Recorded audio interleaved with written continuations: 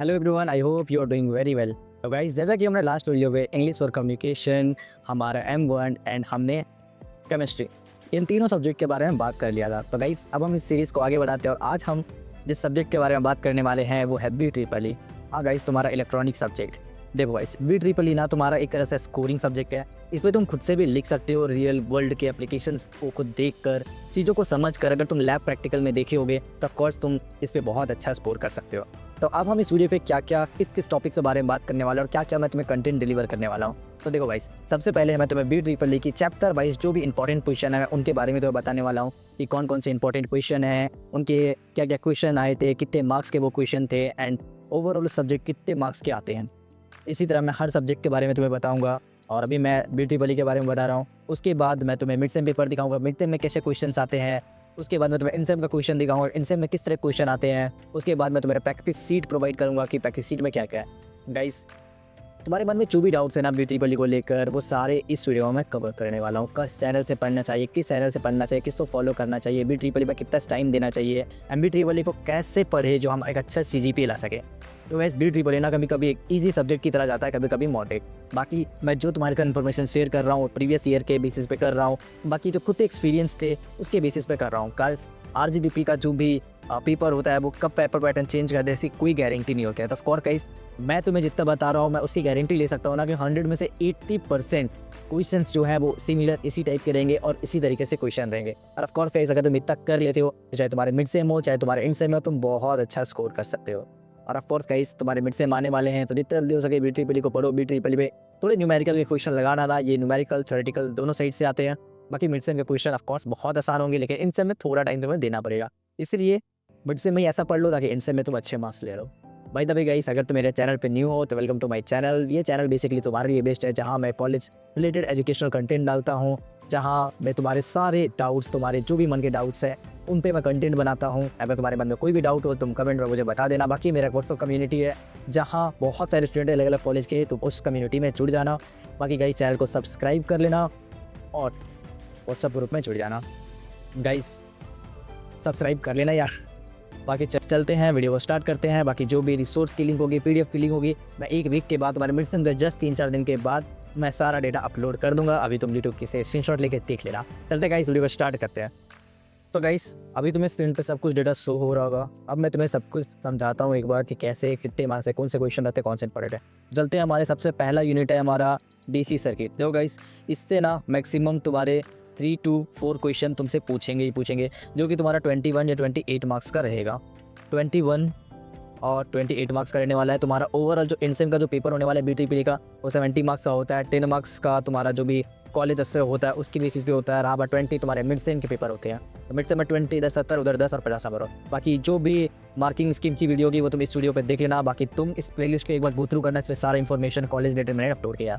तो गाइस, जैसा देखो 28 मार्क्स का होता है। सबसे पहले तुम्हारा आता है गाइस थेमनिस थ्योरम। देखो, थेमनिस थ्योरम से कभी कभी क्वेश्चन पूछता है, कभी नहीं पूछता है। मिड सेम से क्वेश्चन पूछ सकता है। नोडल मैथ्स का वही रहेगा, सर्किट्स रहेगा, उसको सॉल्व करना होगा, रजिस्टर वगैरह निकालना होगा। इसे मिड सेम और इंड सेम में देखो बहुत है पूछा है। KCL KVL तो गाइस मिड सेम में पूछेगा ही पूछेगा, तो इसको मत छोड़ना। KCL KVL कभी कभी इंड सेम में ही पूछ लेता है। सुपर पोजिशन में गाइस ऑफ कोर्स इसको तो कर लेना, ये तुम्हारा इंड सेम में पूछेगा, मिड सेम में पूछेगा। ठीक है, रहा बात तुम्हारा सोर्स कन्वर्सेशन, स्टार डेल्टा, ये सब तुम्हारे शॉर्ट में आएंगे, तो इसको तुम ओवरऑल कर लेना। इससे मैंने तुम्हें बता दिया 28 मार्क्स के रहेंगे। तो ये गाइस एक तरीके से ना जो यूनिट 1 है वो ईजी चैप्टर है, तो आप पर्स को कर लेना। बहुत अच्छे में मुझे लगा यूनिट 1 बहुत ईजी चैप्टर है, और मिड सेम में तो स्कोरिंग के लिए यूनिट 1 काफ़ी हेल्पफुल होने वाला है। अब गाइस, हम चलते हैं अपने सेकेंड यूनिट की ओर। अब हमारा जो सेकेंड यूनिट है वो है फेज AC सर्किट। ठीक है, इससे भी गाइस तुम्हारा 3 से 4 क्वेश्चन रहता है। मुझे ऐसा लगता है कि ये इससे 4 क्वेश्चन तो रहता ही रहता है 28 मार्क्स का, जिसमें गाइस तुम्हारा जो रहता है शॉर्ट में तुमसे पूछ देगा, ये तो तुम्हारे न्यूमेरिकल बनाने को दे देगा। तुम्हारा एक्टिव पावर, रिएक्टिव पावर, इसके बारे में, कैपेसिटिव के बारे में, तुम्हारा ये देखो शॉर्ट टर्म में तो ये सब ये तो पूछेगा ही पूछेगा। तो इसको तो तुम करके जाना, इससे भी क्वेश्चन आएंगे। जैसे न्यूमेरिकल आ जाने पर शॉर्ट में आ जाएगा। उसके बाद तुम्हारा एम्पीडेंस वगैरह से, इससे भी तुम्हारा न्यूमेरिकल या फिर फेजर डायग्राम आ जाएगा एम्पीडेंस का, ये सब का। तो यूनिट 2 भी गाइस तुम्हारे लिए काफ़ी स्कोरिंग होने वाला था। यूनिट 2 भी कर लेना। मिड से में रहा गाइस, तो मिड से में इससे क्वेश्चन बनेगा, इससे कुछ शॉर्ट क्वेश्चन बन जाएगा, न्यूमेरिकल बन जाएगा तुम्हारा में सारे वैसे। इससे तुम्हारा फेजर डायग्राम का आ सकता है क्वेश्चन। ठीक है, 2 या 3 वाला शायद कुछ ऐसा होता होगा, तो ये भी तुम कर लेना। अब हम चलते हैं गाइस अपने यूनिट 3 की ओर। अब हमारा यूनिट 3 है मैग्नेटिक सर्किट एंड ट्रांसफार्मर। देखो इस पे बेसिकली दो पार्ट्स है, एक तो मेरा ट्रांसफार्मर, एक मैग्नेटिक सर्किट। इससे भी कुछ न्यूमेरिकल बनते हैं और इससे कुछ क्वेश्चन बनते हैं। न्यूमेरिकल इसका ट्रांसफार्मर वाला बहुत आसान रहता है, जो इनसे हमेशा पूछेगा और मिडसेम 2 में भी पूछेगा। इससे जो न्यूमेरिकल बनते हैं वो ट्रांसफार्मर के बनते हैं, जो फर्स्ट एसी से बनते हैं और थर्ड फेज से भी बनते हैं। शॉर्ट सर्किट, ओपन सर्किट से भी क्वेश्चन हर बार रहता है, तो इसको भी तुम करके जाना। इससे भी तुम्हारा थ्योरेटिकल क्वेश्चन रहेगा। सेल्फ इंडक्शन, म्यूचुअल इंडक्शन से भी क्वेश्चन रहेगा। इसके रिलेशनशिप के बारे में भी क्वेश्चन इनसे में हमेशा रहता है, इससे न्यूमेरिकल ही बन सकते हैं। इसको भी तुम करते जाना। लॉसेस कभी कभी आते कभी नहीं आता, तो इसको भी तुम एक बार देख सकते हो। और ये सब तुम्हारे शॉर्ट डेफिनेशन में आएंगे। तो BEEE में जो ये क्वेश्चन यूनिट 3 है, इससे तुम्हारे 2 से 3 क्वेश्चन तो ईजिली बनेंगे। एक तो न्यूमेरिकल ट्रांसफार्मर में रहेगा, बाकी ट्रांसफार्मर भी हो सकता है पूछ दे तुम्हारा कि ट्रांसफार्मर क्या होता है, अल्टरनेट पे रहेगा।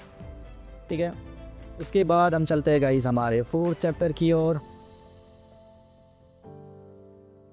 क्या गाइस की बैटरी लो होने वाली है, दैट इज वाई मैं बार बार लुक कर रहा हूँ कैमरे की। अब देखो तो हमारा 4th चैप्टर है इलेक्ट्रिकल मशीन। ठीक है, इससे थोड़े से कम क्वेश्चन आते हैं, लेकिन जब आते हैं तो सीधा ये 14 मार्क्स का ही रहेगा।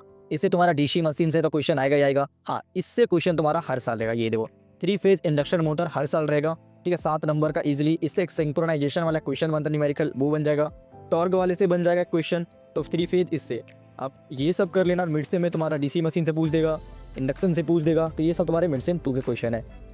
अब हम चलते गाइस अपने यूनिट 5 की ओर। अब हमारे यूनिट 5 ये गाइस इजी है। यूनिट 5 बेसिकली तुम जब सेमीकंडक्टर वगैरह पढ़े होगे ना, समथिंग उससे रिलेटेड है। ये सेमीकंडक्टर तुम्हें फिजिक्स में भी देखने मिलेगा, BEEE में ही, तो इसको भी तुम अच्छे से पढ़ लेना। इससे तुम्हारा जो BJT वाला ये हमेशा रहेगा, VI कैरेक्टरिस्टिक्स रहेगा ही रहेगा। उसके बाद half adder, full adder. Half adder तुम्हें डिजिटल सर्किट, जब तुम सेकंड ईयर में जाओगे तो डिजिटल सर्किट आएगा, उसमें हाफ एडर फुल एडर तुम बहुत अच्छे से पढ़ोगे। इसको पढ़ जाना। लॉजिक गेट बहुत बार पूछता है, लॉजिक गेट तुम्हारा मिड से में ही पूछेगा, जिसको भी करके जाना। डिमॉर्गन्स पूछेगा ही पूछेगा, तो डिमॉर्गन्स तो करके ही जाना। तो ये सब तुम कर लेना। इससे भी तुम्हारा 2 से 3 क्वेश्चन रहता है, जो कि 14 से 21 मार्क्स का रहता है। तो गाइस ये रहा ओवरऑल BEEE का जो भी मैंने पेपर एनालाइज किया था, वो मैं तुम्हें शो कर दिया रहा। इसके रिसोर्स था, तो जैसे बताया था 1 वीक के बाद मैं सारा डेटा अपलोड कर दूंगा। अब मैं तुम्हें दिखाता हूँ कि मिडसेम में किस तरह के क्वेश्चन आते हैं। चलो स्क्रीन पर मैं तुम्हें दिखाता हूँ। देखो मिडसेम में, देखो मैंने तो बताया था ना कि मैथ्स या फिर नॉडल पे क्वेश्चन पूछ देगा, तो इसमें वोल्टेज निकालना है। ठीक है, मैथ्स नॉडल के बेसिस पे। उसके बाद हमारा जो सेकंड क्वेश्चन है वो भी शायद थेमनिस पे ही है। हाँ देखो, ये क्वेश्चन तुम्हारा थेमनिस पे ही हो गया। ठीक है, उसके बाद हमारा जो थर्ड क्वेश्चन है, देखो ये है तुम्हारा सुपर पोजिशन पे।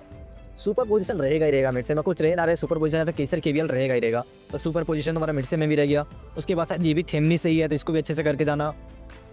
उसके बाद देखो और क्वेश्चन, हाँ जैसे मैंने तुम्हें बोला था ना कि इंपीडेंस वगैरह से एक फेजर वाला डायग्राम बनता है। देखो फेजर डायग्राम का दे दिया इंपीडेंस का क्वेश्चन यूनिट 2 से। उसके बाद देखो एक न्यूमेरिकल दे दिया तुम्हारा, इंपीडेंस है, पावर सर्किट है, पावर फैक्टर है, वोल्टेज निकालना है, ये सब। फिर यूनिट 2 से तुम्हारा वेव फॉर्म का क्वेश्चन है। फेजर के बारे में पूछा, एडवांटेज, बैलेंस, अनबैलेंस और रिलेशनशिप फेज वोल्टेज का, लाइन वोल्टेज का। इससे एक न्यूमेरिकल और बन सकता था, RMS, ये सब था जो बहुत बार शॉर्ट में पूछता था, ये भी पूछ सकता है मिडसेम में। तो ये सब तुम देख सकते हो। अब गाइज हम चलते हैं अपने इनसेम पेपर में। इनसेम का पेपर किस तरीके से आते हैं ना, उनको मैं तुम्हें एक बार दिखा देता हूँ। देखो एक सेकेंड, तो देखो मिडसेम इनसेम में तुम्हारा 2024 का पेपर है। ठीक है, इम्पीडेंस और डिपेंडेंसी और इंडिपेंडेंस मैंने बताया था कि शॉर्ट में आता है, 7 नंबर का पूछ दिया। ठीक है, उसके बाद नोडल पूछ दिया क्वेश्चन। थेमनिस का सुपर पोजिशन है, सॉरी सुपर पोजिशन से भी क्वेश्चन था, ईजी है, बन जाएगा। डिफाइन जैसे मैंने बोला था शॉर्ट में, ये सब का पूछ देगा। देखो ये भी ईजी है, बन जाएगा। फिर देखो मैंने न्यूमेरिकल बोला था यूनिट 2 से, देखो आ गया ना, ये न्यूमेरिकल का बोला था। देखो न्यूमेरिकल ईजी है, आराम से बन जाएगा। उसके बाद हम सेकंड स्लाइड पे चलते हैं। सेकंड स्लाइड पे देखो 3 फेज इंडक्शन मोटर है शायद, हाँ इंडक्शन मोटर ही है, नहीं फेज इंपीडेंस का, जैसे मैं बोलता हूँ फेजर वाला आता है इंपीडेंस का। देखो भाई ये फेजर इंपीडेंस वाला है। उसके बाद सेल्फ इंडक्शन, म्यूचुअल इंडक्शन का जो रिलेशन था मैंने बताया था, वो क्वेश्चन है। उसके बाद देखो सिंगल फेज ट्रांसफार्मर जो बताया था किससे न्यूमेरिकल आता है, ये बहुत ईजी है गाइस, ये बहुत ईजी है, इसको तुम आराम से कर सकते हो। उसके बाद तुम्हारा देखो सिंक्रोनाइजेशन वाला जो मैं बोल रहा था, टॉर्क वगैरह क्वेश्चन आता है, टॉर्क वगैरह आ गया, इंडक्शन मोटर आ गया। ठीक है, तुम्हारा यूनिट 4 से, डीसी मशीन यूनिट 4 से तुम्हारा देखो इससे न्यूमेरिकल भी दे दिया, सिंक्रोनाइजेशन वाला, सिंक्रोनाइजेशन स्पीड, ये भी बहुत आसान है। ठीक है, उसके बाद लास्ट देखो और कौन से क्वेश्चन है तुम्हारा, ये तो सॉल्व करने दिया। कन्वर्जन, कन्वर्जन बेसिकली बहुत कम बार पूछते, लेकिन 24 से पूछा तो सकता है, तुम्हारे 25 में पूछ दे। कन्वर्जन एक बार देख लेना। देखो BJT मैंने बोला था वो पूछ दिया, JK flip flop, star delta, सब शॉर्ट में, मैग्नेटाइजेशन, पावर बैलेंस। तो गाइस मैंने बता दिया कि तुम्हारा जो मेडिसिन पेपर था उसको मैंने एनालाइज करके तुम्हें दिखा दिया किस तरीके से क्वेश्चन आते हैं। ठीक है, ईजी भी है गाइस, हार्ड भी है, मैं अलग वीडियो बता दूंगा कैसे तुम्हें एग्जाम में लिखने हैं। रहा बात तुम्हारा प्रैक्टिस क्वेश्चन, भैया प्रैक्टिस क्वेश्चन दिखाइए। तो देखो ये रहा गाइस तुम्हारा पूरा प्रैक्टिस क्वेश्चन, तुम्हें स्क्रीन पे शो हो रहा होगा। मैंने पूरा प्रैक्टिस क्वेश्चन, इतने सारे हैं जो भी मिडसेम के थे, एलएनसीटी के मॉड्यूल में थे, 22 का, 23 का, 24 का, इवन जो 25 का भी सारा डेटा मैंने इसको एक साथ रख दिया है। तुम किसी भी कॉलेज से ऑफकोर्स तुम इसको फॉलो कर सकते हो। तुम देखो कितने सारे डेटा है, बाकी ये सब डेटा मैं एक वीक के बाद अपलोड कर दूंगा। ऑफकोर्स अब भी तुम जो मिड सेम है न्यूज़ पे फोकस करो, इनसे में पहले सारा डेटा तुम्हें मिल जाएगा। बाकी यही थी गाइस BEE की कंप्लीट वीडियो। आई होप तुम्हें वीडियो बहुत अच्छी लगी हो। अगर अच्छी लगी हो गाइस तो प्लीज़ चैनल को सब्सक्राइब कर देना मेरे इस एफर्ट्स के लिए। बाकी लाइक कर देना, व्हाट्सअप कम्युनिटी में जुड़ जाना। बाकी अब भी जो नेक्स्ट वीडियो हमारी होने वाली है वो फिजिक्स पे होने वाली है। अब मैं फिजिक्स के बारे में तुम्हें प्रॉपर बताने वाला हूँ कि फिजिक्स का क्या सिनेरियो रहने वाला, नहीं रहने वाला। रहा बात ग्रुप ए का जो ईजी सब्जेक्ट है वो मैं उसको सबसे लास्ट में लेने वाला हूँ। अभी मैं फिजिक्स का बता रहा हूँ तुम्हें। तो गाइस चैनल को सब्सक्राइब करना, कम्युनिटी में जुड़ जाना। मिलते हैं नेक्स्ट वीडियो में। Till then bye, Radhe Radhe, पर ख्याल रखना। हरे कृष्णा।